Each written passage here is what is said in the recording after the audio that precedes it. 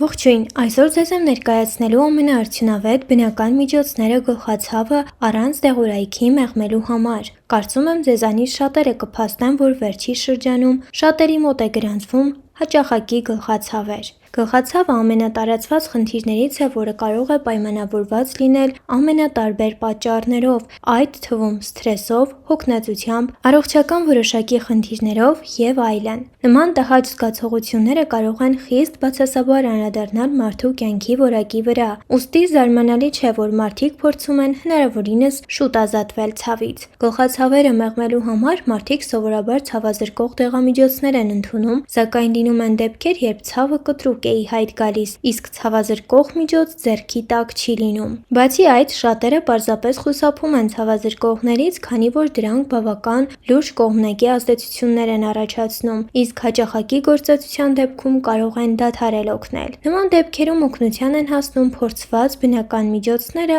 որոնք օգնում են շատ արագ մեղմել ցավն ու կանխել խնդրի կրկնությունը։ Ճիշտ միջոցների կիրառման դեպքում գլխացավից հեշտությամբ կարելի է ազատվել անգամ առանց դեղորայքի, ուստի ձեր ուշադրությանն ենք ներկայացնում այդ միջոցներից մի քանիսը։ Խառնել հավասար քանակությամբ երիցուկի մանրացրած ծաղիկները, անանուխի տերևները, հորոմ սամիթի պտուղներն ու կատվախոտի արմատը, այնուհետև ստացված խառնուրդի 2 ճաշի գդալը լցնել թերմոսի մեջ, ավելացնել կես լիտր եռման ջուր ու թրմել 30 րոպե։ Ստացված թուրմը հարկավոր է խմել օրվա ընթացքում։ 2 ճաշի գդալ լորենու ծաղիկներին ավելացնել 2 բաժակ եռման ջուր և 10 րոպե դնել թույլ կրակին։ Ստացված թուրմը հարկավոր է խմել օրական 4 անգամ։ 1 ճաշի գդալ չորացրած սրոհունդին ավելացնել 1 բաժակ եռման ջուր, դնել թույլ կրակին ու եռացնել 10 րոպե, այնուհետև թրմել ևս 30 րոպե։ Ստացված թուրմը քամել և խմել օրական 3 անգամ։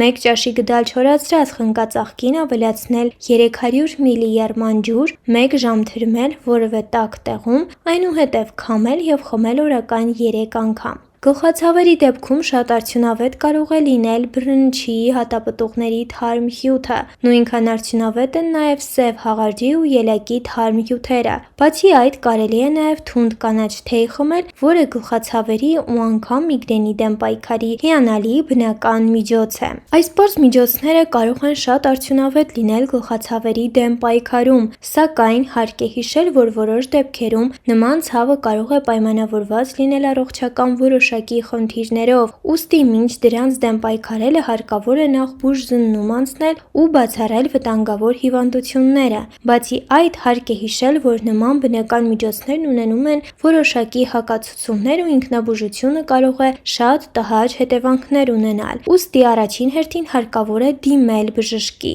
Լուրջ խնդիրների դեպքում միայն փորձառու մասնագետը կկարողանա պարզել գլխացավերի առաջացման պատճառն ու նշանակել անհրաժեշտ բուժումը, որը կլինի արդյունավետ ու չի առաջացնի կողմնակի բարդություններ։